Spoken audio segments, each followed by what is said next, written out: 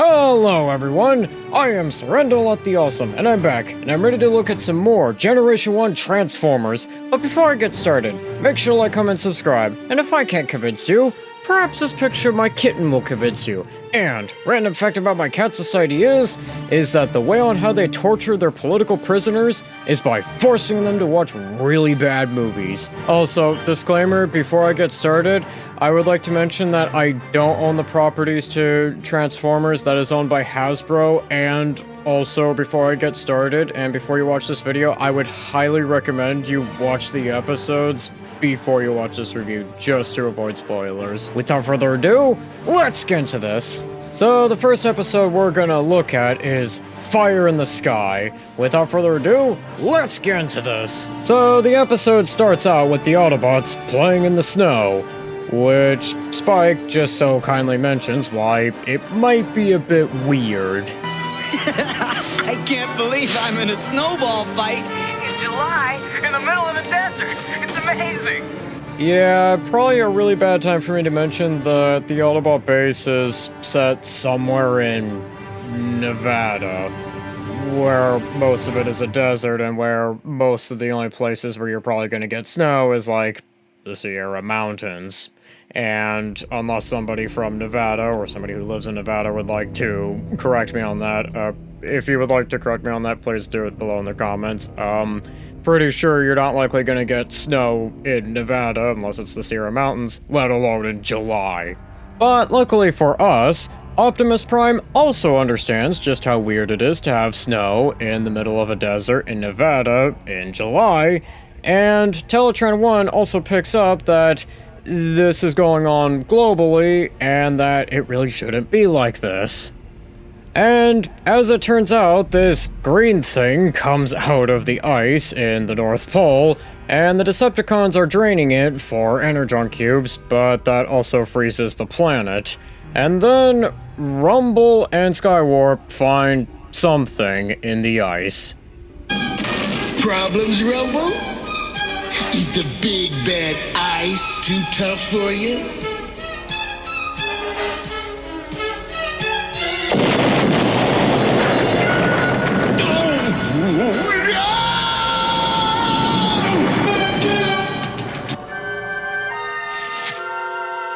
What's that? Something's frozen in the ice. And as it turns out, the thing that the Decepticons dug up is actually somebody Starscream once knew. Then give him 50,000 volts to activate his memory monitor. Starscream, why are you so concerned about this creature? Because I knew him once, a long time ago on Cybertron. And we also get to learn about Skyfire here's origin story. You knew him? His name is Skyfire. Observe his history as it was recorded before his icy imprisonment.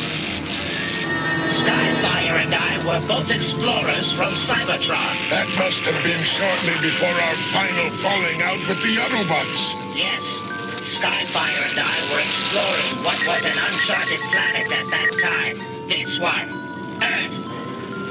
We detected no intelligent life on the surface, but Skyfire insisted we look closer. A polar windstorm came up suddenly, and Skyfire and I were separated. I circled half the globe searching for him. Which I think is pretty interesting, because despite how greedy, self-centered, traitorous, and power-hungry Starscream is, he still has somebody who he thinks of as a friend, and I like that. It kinda humanizes Starscream a bit and doesn't make him just, completely irredeemable. Anyways, so Skyfire gets reactivated, and I'm just gonna show you this little clip here because I really like it, and also I really like the delivery from Skyfire here. And with this symbol, you, Skyfire, become a member of the exalted Decepticon forces. Hail Cybertron! Hail Cybertron! And destruction to all Autobots! Destruction? Are you happier being a warrior than a scientist, Starscream? Yes, it is far more exciting. And one day I, not Megatron, will lead us. And then you will be my second in command. I am grateful to you for freeing me from my tomb of ice. I shall try to bring you credit. I really like how when Megatron says "Hail Cybertron," Skyfire just kind of says it like, did I hear you correctly? And then when Megatron says "Destruction to the Autobots," Skyfire questions "Destruction?" And I'll get into why that is really clever later. Anyways, so the Autobots find out what is going on in the North Pole, and they go to the North Pole, where they immediately have to face off with Skyfire here. So, Spike and Sparkplug get separated from the Autobots, and Skyfire here goes to save them, and I also really like the delivery from this scene here. Strange voices must be coming from Earth creatures. I'll try to communicate with them. Keep your big mitts off of me! Let go of us, please! Help! Optimus Prime! Why are you so frightened? I will not harm you. Then why are you wearing the Decepticon symbol? Only the evil Autobots need fear me. The Autobots are not evil, they're good. They're fighting to protect our planet and all us humans. He's right. You Decepticons are the real monsters. No, that can't be true. I'll prove we are not evil. I'll take you to Megatron, my leader. He'll show you that you have nothing to fear. I really also just like the delivery, how Skyfire here is so naive and how he doesn't understand why Spike and Sparkplug are so terrified of Megatron. He thinks that Megatron's a real swell guy and doesn't understand that Megatron's a pretty horrible person. And I also really like how he actually cares about humans, which is really different from other Decepticons. Anyways, so Skyfire takes Spike and Sparkplug to Megatron, and Skyfire really starts to question the Decepticons more with this scene here. I promised the Earth creatures no harm would come to them. This is wrong. Then you overstepped your authority. Who are you to offer safety to our enemies, Skyfire? Enemies? But they are my friends. Do not interfere. I don't understand. The puny flesh creatures are insignificant. Once they cease being useful to us, they will be terminated. My function is to further science and learning, not to destroy innocent life forms. But Optimus Prime and the Autobots go into the caves, and Optimus Prime and Cliffjumper and friends manage to rescue Spike and Sparkplug, but Ironhide and team get separated and they get captured by the Decepticons.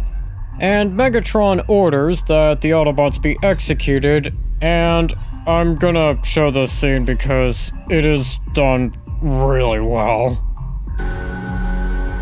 Those years under the ice diminished your loyalty coefficient, Skyfire.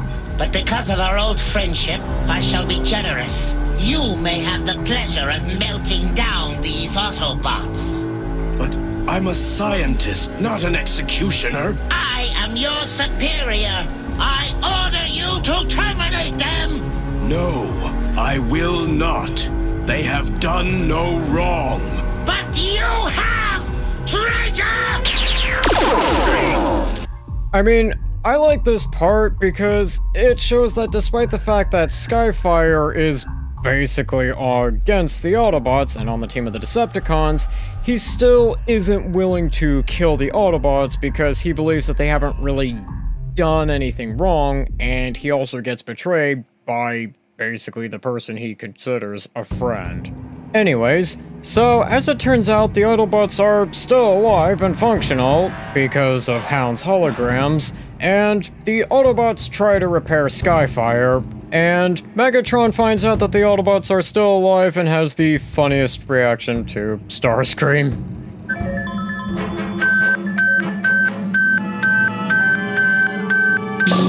You disgust me.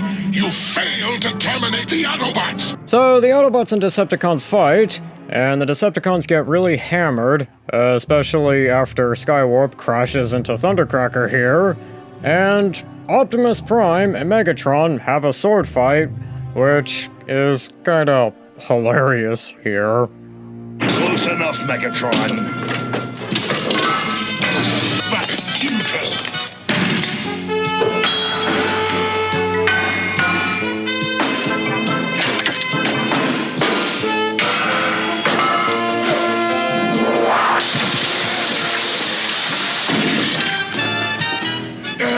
But Skyfire shows up, and Megatron wants Skyfire to destroy Optimus Prime, but... Fighter, destroy Optimus Prime. Crush him and all the Autobots once and for all. I take no orders from you. I am an Autobot now. So Skyfire really turns the tide that was already turned against the Decepticons, and Starscream tries to kill Skyfire, but Skyfire basically ducks Starscream out of the sky, and he covers the crystal thing, basically warming up the Earth, but he gets trapped under the ice again, and I like this speech from Optimus Prime here.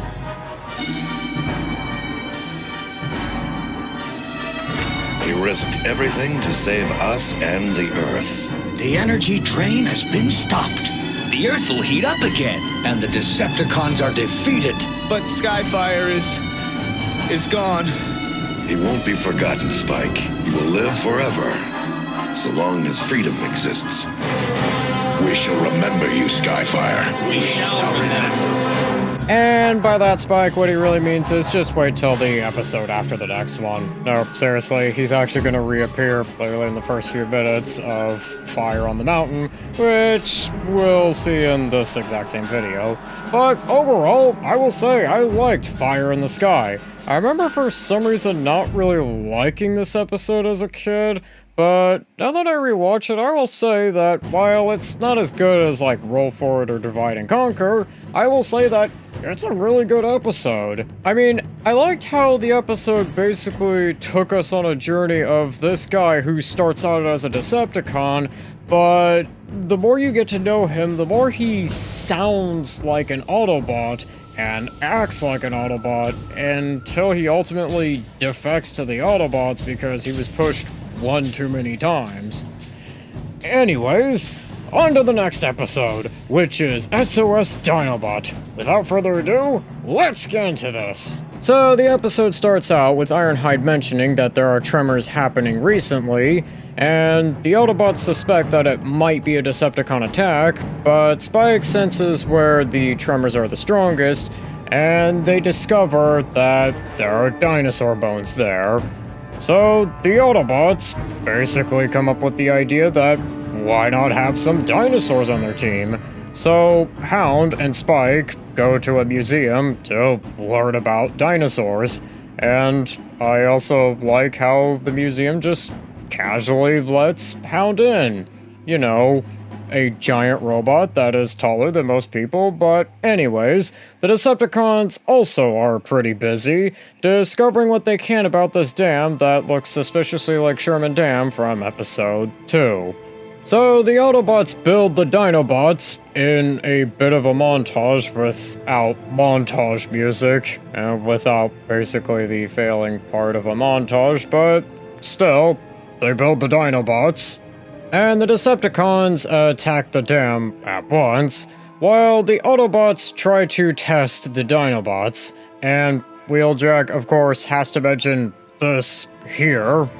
Of course, the Dinobots have simple brains, just like real dinosaurs. Yeah, Wheeljack, I can't name any way this could go horribly wrong. Oh, wait, it goes horribly wrong here. Yeah, so as it turns out, not giving the Dinobots really complex brains, or at least more complex brains, isn't really such a good idea. And in fact, it goes so horribly wrong that Grimlock tries Teletran 1. But luckily, after a bit more destruction, Wheeljack manages to calm the Dinobots down, and Optimus Prime ultimately decides to do this to the Dinobots. There.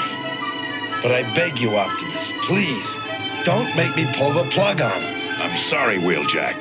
The Dinobots must never be activated again. They're too dangerous.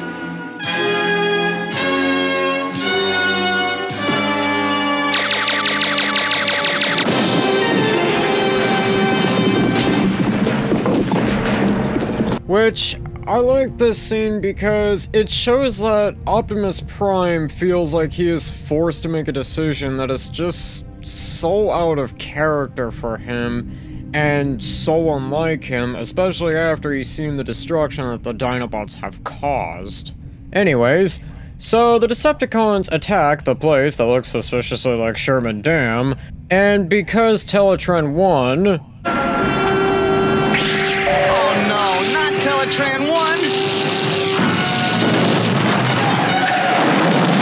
is unavailable at the moment, Spike and Hound go out scouting and find the Decepticons and radio to Optimus Prime. And Optimus Prime and the Autobots go out to go fight the Decepticons, while Wheeljack is working on something mysterious that I'm sure definitely won't come in handy later. But the Autobots are unprepared for the Decepticons, and they get captured by the Decepticons. And Optimus Prime looks a little blue today. Anyways, so Bumblebee picks up Spike, and Spike warns Ratchet and Wheeljack that Optimus Prime might have been captured, and they decide to reactivate the Dinobots, despite the fact that Optimus Prime told specifically never to do so, and I will just let you see this scene here because I like this introduction of the newer, more intelligent Dinobots. Okay, guys, cross your transistors or something. Dinobots, awaken! Go! Save Autobot friends! Save our leader, Optimus Prime! Do you understand?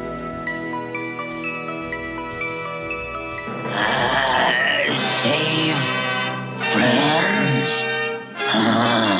Save leader. Oh, maybe we should. We do as told for now. Which, I will say, I like how the Dinobots in the original Generation 1 Transformers are basically really dumb. How they don't speak how you and I would probably speak, and how they're basically just all brawn, not really a whole lot of brain. Unlike a lot of other Transformers where the Dinobots are kind of at least normal level intelligence, I kind of prefer this one where they're just kind of really dumb, really easy to manipulate, especially later on, mega killing machines. Anyways, so the Dinobots really shake things up for the Decepticons, and really absolutely kick around the Decepticons, and the Autobots get freed by Wheeljack, and the Decepticons retreat, and Optimus Prime basically says that, yeah, I guess I was wrong, the Dinobots could stay online and stay in our ranks. And overall, I will say that I really like SOS Dinobot, especially more than Fire in the Sky. And I like how it's a good introduction to the Dinobots and how they're basically heavy artillery for the Autobots and more or less all brawn, not really a whole lot of brain, like I said. I also like how it shows more or less that Optimus Prime can also be wrong, and how even Optimus Prime can jump to major conclusions so quickly without experimentation or maybe giving room for growth and error. And overall, I will say, I highly recommend you watch this episode as well. And without further ado, on to the next episode, which is Fire in the Mountain. So the episode starts off with Trailbreaker and Brawn tracking Starscream and Thundercracker as they go to a steel mill to steal some steel. Try saying that 3 times really fast while you're drunk. But anyways, the Decepticons manage to get away and Starscream says these one-liners. Took you so long, Trailbreaker! It's fighting time!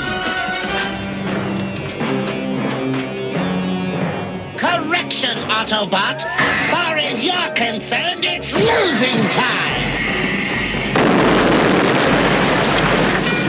That's what I call bringing the house down. Damn, Starscream, those were some really great one-liners there. I mean, you should probably start your own action movie. Okay, probably not that, but those were still some great one-liners. Anyways, so the Autobots are wondering why the Decepticons are trying to steal some steel, and they find out that it has something to do with the Decepticons being in the Andes Mountains, and the Decepticons managed to also get a crystal that they used to create a cannon. And I also just love how, of course, the camera feels the need to zoom in on the cannon after it was fired, which looks strangely pretty phallic. But the steel that Thundercracker and Starscream stole was really not strong enough to hold the cannon, and Megatron goes to go get some more steel, and of course, Starscream and Thundercracker fight about it. Don't blame me. Thundercracker swiped defective steel, not I. It was his fault. You lie, Starscream! Silence, you fool! Anyways, so the Autobots decide to dig up Skyfire. What, you guys didn't decide to do that earlier? I mean, he's only like one of the tallest Autobots that you guys have. Why not dig him up sooner? And then Skyfire basically has to go pick up Brawn and Windcharger to go deliver them to the Andes Mountains. And Brawn, of course, sounds a bit too overeager for the job. Traitor Skyfire! You sure you two don't need my help? We got it covered, Skyfire. You check out the mysterious energy readings in those ruins, and when you get back, We'll let you play kick the can with what's left of Megatron and his merry machines. But as it turns out, my intuition was correct, and Brawn and Windcharger were very much overmatched, and Skyfire had to pull them out so that way they could get more reinforcements. And I will admit, I do like how this extraction went. I'll take care of this personally. All right, guys, this is it. 5, 4, 3, 2. I'm coming, Brawn, baby. Let's go! Okay, for that whole scene, I feel like it's a little bit pointless, and kind of feels like padding, if I'm being perfectly honest. I mean, I guess it's a good scene, but if you were to take it out, what really would change? I mean, the Autobots would still come with, you know, more Autobots, and Skyfire would still be sent to go investigate the Incan Temple, so I kind of feel like the scene was just made for more padding and doesn't really add to anything in the plot. So Skyfire goes to pick up the Autobots from Autobot Base and send them to Peru. And the Autobots get there, and Optimus Prime is basically going to go fight Megatron at a mining town, while Skyfire goes and investigates the Inca Temple. So the Autobots fight the Decepticons at the steel mill, and Brawn steals Megatron's cannon and fires it at him, and Spike and Bumblebee go save a local woman, and that woman is gonna go take them to the ancient crystal that the Decepticons are using as a power source for a massive cannon. So Megatron tells Skywarp to come to the steel mill, so then that way he can get some metal for his cannon, And Starscream, of course, complains. Skywalk, I have created a steel alloy suitable for our weapon frame. Leave Starscream and Thundercracker to watch the crystal and come immediately. How dare you assign me to guard duty, Megatron? I am Starscream the Mighty. Have a good time playing Crystal, Nerd Screamer. Bye! Anyways, so Skyfire tries to sneak up on the Incan Temple to destroy the cannon, and this is something that I find really interesting here. I must destroy their new weapon. Yeah, but even without our new weapon, I can fry your circuits extra crispy. Megatron would love it. But that geeky Starscream would take all the credit. On the other hand, if I let you wreck our new weapon, Megatron might blame Starscream, which would make me very happy. Thundercracker, you putrid traitor! I mean, okay, I find this really interesting because it shows that Starscream isn't really well liked by a lot of his fellow Decepticons, even somebody like Thundercracker, and I like how it shows that even Thundercracker knows that Starscream will take the credit for him doing something great, like destroying Skyfire and preventing Skyfire from destroying the cannon on the Incan Temple, but if the cannon was, say, destroyed, then Starscream would be the one taking the fall. And I wish that they really did more with this than just make this something in the scene in this one episode. Anyways, so Skyfire gets shot down by Starscream, and the Decepticons manage to get the metal needed.